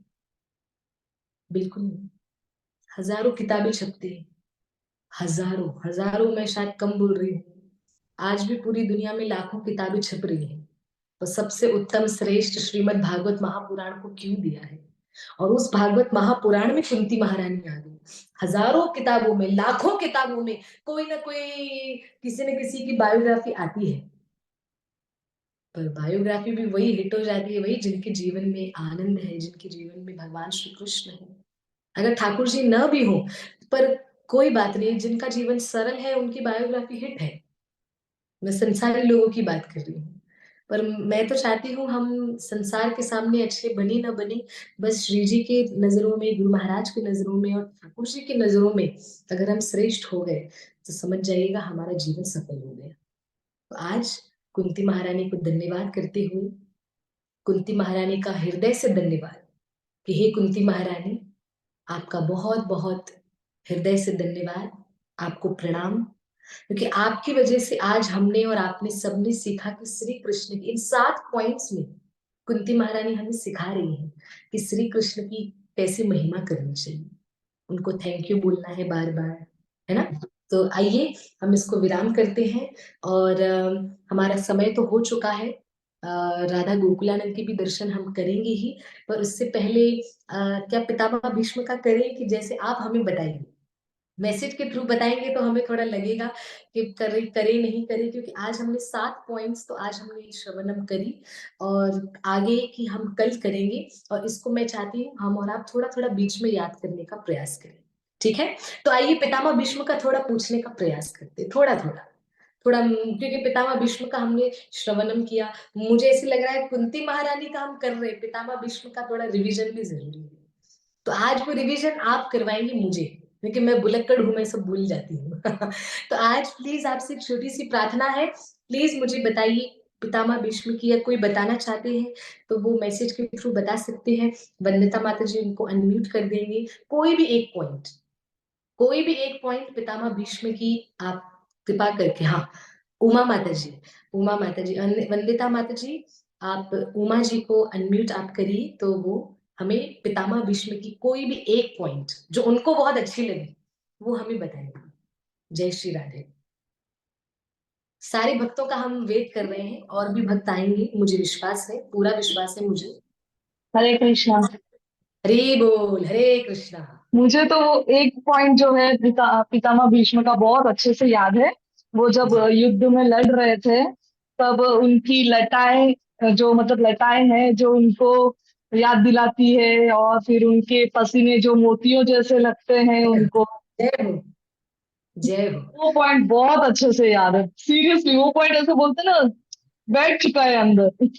आपने आपने वही पॉइंट बोल दी जो मेरी फेवरेट है, मैं वो बोलने वाली थी, मेरे को भी बताइए। बहुत फेवरेट है ये पॉइंट। जय हो। उमा माता जी को प्रणाम, आपका बहुत बहुत धन्यवाद। जैसे आप सभी भक्तों ने सुना कि किस प्रकार आनंद लेते हुए उन्होंने वो पॉइंट बताई, और मैं देख सकती थी वो जब बता रही थी तो वो उनकी आंखें ऐसे ऐसे जा रही है, मानो वो कृष्ण का वो इमेजिन कर रही है, वो वो कहती है इमेजिन, महाभारत का वो युद्ध इमेजिन दिमाग में जय, आ गया। जय हो, जय हो। उमा माता जी बहुत बहुत धन्यवाद। तो पितामह भीष्म की एक पॉइंट हमने क्या स्तुति में सुनी थी, जो उमा माता जी ने हमें बताई, कि जब भगवान श्री कृष्ण पितामह भीष्म के पास आ रहे थे रथ का पहिया लेकर, तो कृष्ण के लटे, उनके बाल खुल गए थे, तो लटे सामने आ रही हैं, उनकी जो पसीने निकल रहे हैं, ऐसा लग रहा है मानो बूंद है, आह जय हो, मानो मोती है, मानो अनमोल रत्न है, और ठाकुर जी का सुंदर सा स्वरूप। ये उमा माता जी को बहुत अच्छी पॉइंट लगी। अभी आप भक्तों से मैं रिक्वेस्ट करूंगी, कोई और भक्त हो तो प्लीज बताइए, हमें बहुत आनंद आएगा, सच बताओ मेरा हृदय खुश। राधा दासी जी, राधा दासी जी, आप राधा माता जी को भी आप अनम्यूट करें, श्री राधे।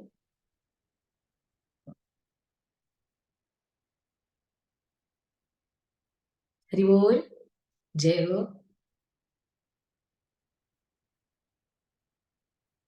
आप म्यूट है, हाँ। राधे राधे दी, दंडवत प्रणाम।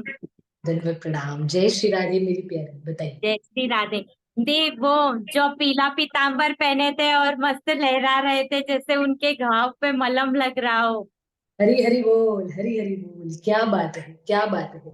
तो आप सभी भक्तों ने सुना कि किस प्रकार हमारी प्यारी ने, राधा माता जी ने किस प्रकार कहा कि मुझे वो पॉइंट ज्यादा अच्छी लगी, कि जब अ, भगवान श्री कृष्ण का जो पीताम्बर लहरा रहा था, तो पितामह भीष्म को लग रहा था कि मेरे सारे जख्मों पर मलहम लगी। मलहम लग रहा हो। जय हो। धन्यवाद, बहुत बहुत धन्यवाद। देखिए उमा माता जी की तरह, राधा माता जी की तरह आप भी सामने आए, हमारा हृदय खुश हो जाएगा, एक बहुत अच्छा लगेगा जब आप अपने भाव प्रकट करेंगे ना। और कोई भक्त बोलना चाहते हैं, आप बिल्कुल बोल सकते हैं। हाँ, अब मैसेज के थ्रू मनीष, मनीष कह रहे हैं मैसेज के थ्रू, पूरा संसार जिनकी बात मानता है, अर्जुन अर्जुन की बात, हाँ वाह, पूरा संसार जिनकी बात मान रहा है वो आज अर्जुन की बात मान रहे हैं, ऐसे भगवान को मेरा प्रणाम, क्या बात है।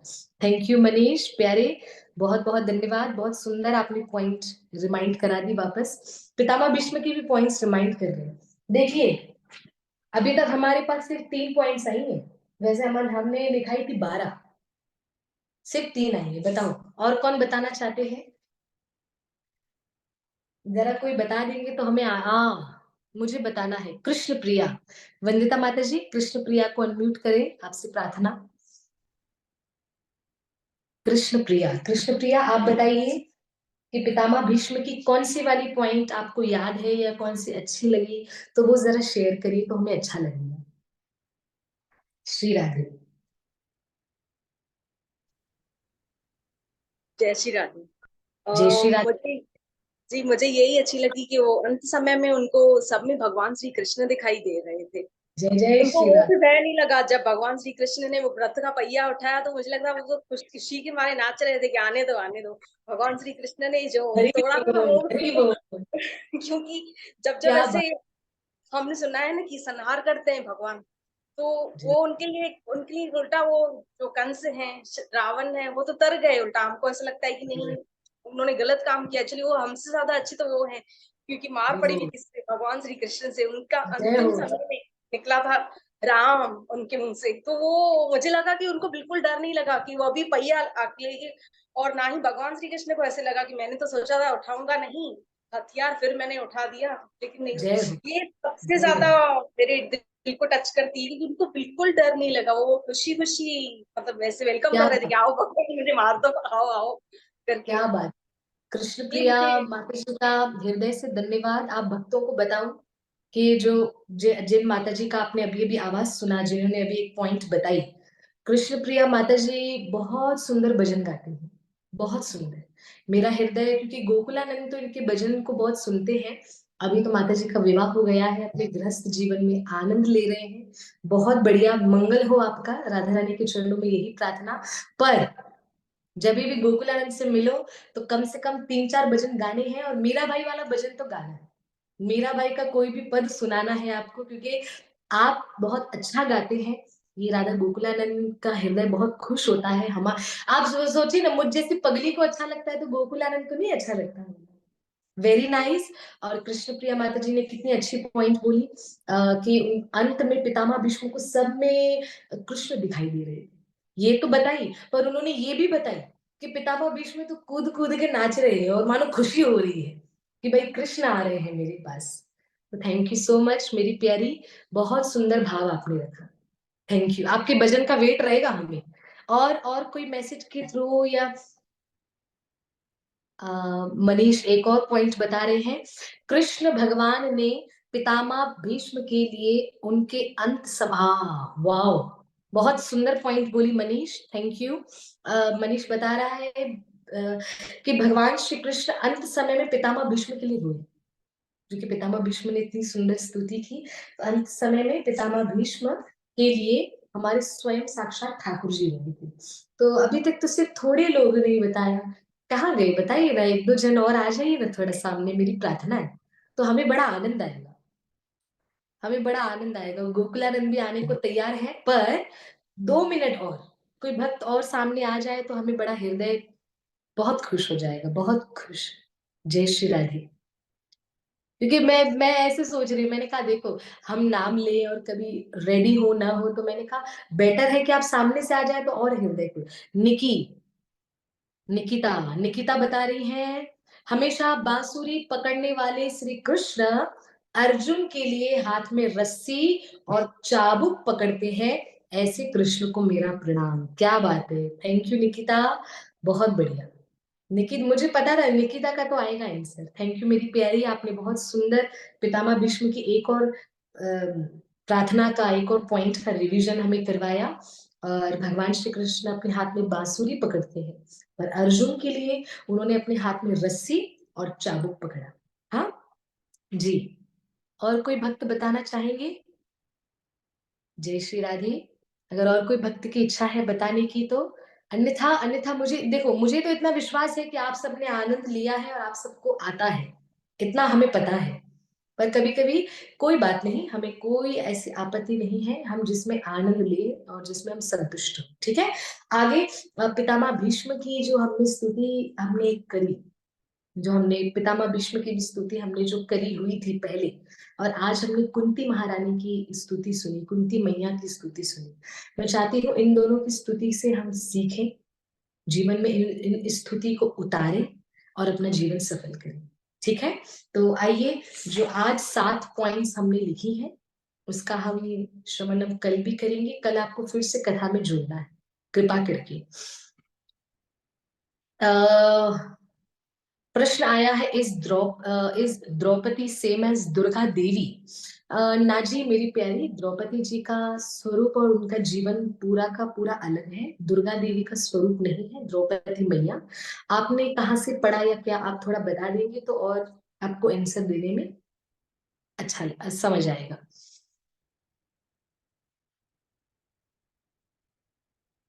अच्छा, because in some places they pray Draupadi in roop of Durga Devi. Okay, अच्छा, जैसे वो बता रहे हैं कि कहीं कहीं जगह दुर्गा देवी के रूप में द्रौपदी, नहीं जी, द्रौपदी मैया दुर्गा देवी का रूप नहीं है। द्रौपदी जी का जीवन अलग है, जिनका दूसरा नाम कृष्णा है, उनका जीवन अलग है, वो दुर्गा देवी का स्वरूप नहीं है। श्री राधे, धन्यवाद। चलिए, अभी मैं कथा को विराम करने जा रही हूँ और बस राधा गोकुलानंद के दर्शन अभी जल्दी जल्दी दर्शन कर रहे हैं। उससे पहले जानवी माता जी कह रही हैं, आपकी वजह से हमें राधा कृष्ण मिले। जानवी माता जी, राधा रानी की कृपा से आपको मिले, हम एक माध्यम है। विनी माता जी, आपका धन्यवाद। विनी जी भी कह रही हैं धन्यवाद। जानवी जी धन्यवाद। लता माता जी धन्यवाद। उमा माता जी कह रही हैं, आपकी वजह से ही मुझे गोकुला मिले हैं, मेरी जिंदगी में गोकुला आए हैं। गोकुला को आपको चुनना था, इसलिए उन्होंने आपको पकड़ लिया और एकदम टारगेट भी कैसे किया, मोहिनी अवतार वाले दिन। क्या बात है। उमा माता जी और गोकुलानंद का रिश्ता बहुत बहुत अलग है और बहुत स्पेशल वाला है। धन्यवाद सभी भक्तों का, बहुत बहुत धन्यवाद। आप सभी भक्त जुड़ने के लिए धन्यवाद। और देखिए, आप मैसेज में अगर आप जाएं, आप सभी भक्त जाएं तो वंदिता माता जी और गीता माता जी, गीता मैम, आप देखिएगा, वंदिता भाटिया और गीता तलरेजा, हमारी दोनों प्यारियों ने मैसेज के थ्रू जो आज हमने सुना वो लिखा है, टाइप किया है। तो आप भक्तों से मेरी प्रार्थना है कि अगर जिन्होंने नहीं लिखा तो वो चीज का जल्दी स्क्रीनशॉट ले। ठीक है, श्री राधे। क्षमा,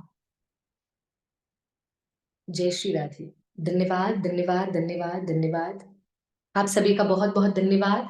और बस राधा रानी की कृपा आप पर बनी रहे। Draupadi is expansion of which goddess Mata ji? Draupadi मैया किनका अवतार है? विनोदिनी जी, आप ये आपका प्रश्न बड़ा सुंदर है, हम इस पे भी चर्चा करेंगे। हम तो द्रौपदी मैया का पूरा जीवन चरित्र लेने वाले हैं, पर सच बताऊं, भागवत महापुराण में जब तक जहां तक हमने पढ़ा है, तो द्रौपदी मैया के विषय में हमने यही पढ़ा है कि अग्नि से द्रौपदी मैया का प्राकट्य हुआ।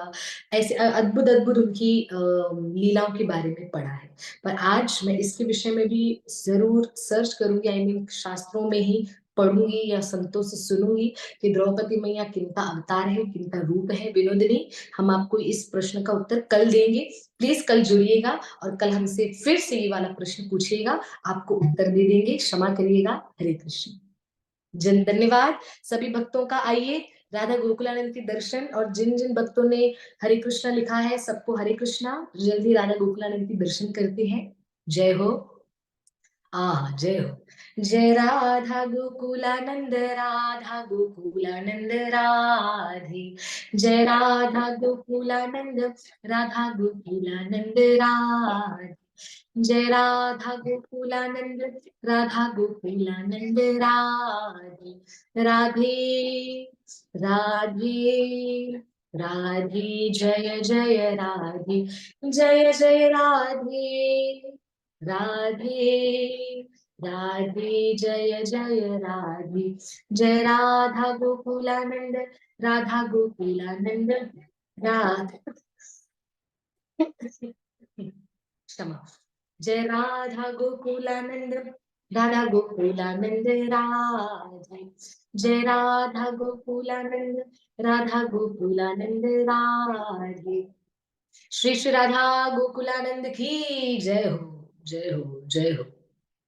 आइए, हम गोकुला बलराम के भी जल्दी से दर्शन करते हैं और बस फिर कथा का हम यहीं पे अंत करते हैं। कल हम पुनः मिलेंगे, फिर से मिलेंगे और कथा का कृष्ण कीर्तन का कुंती महारानी की महिमा का, उनकी स्तुति का आनंद लेंगे। सभी गोकुला बलराम के भी दर्शन कर लेंगे।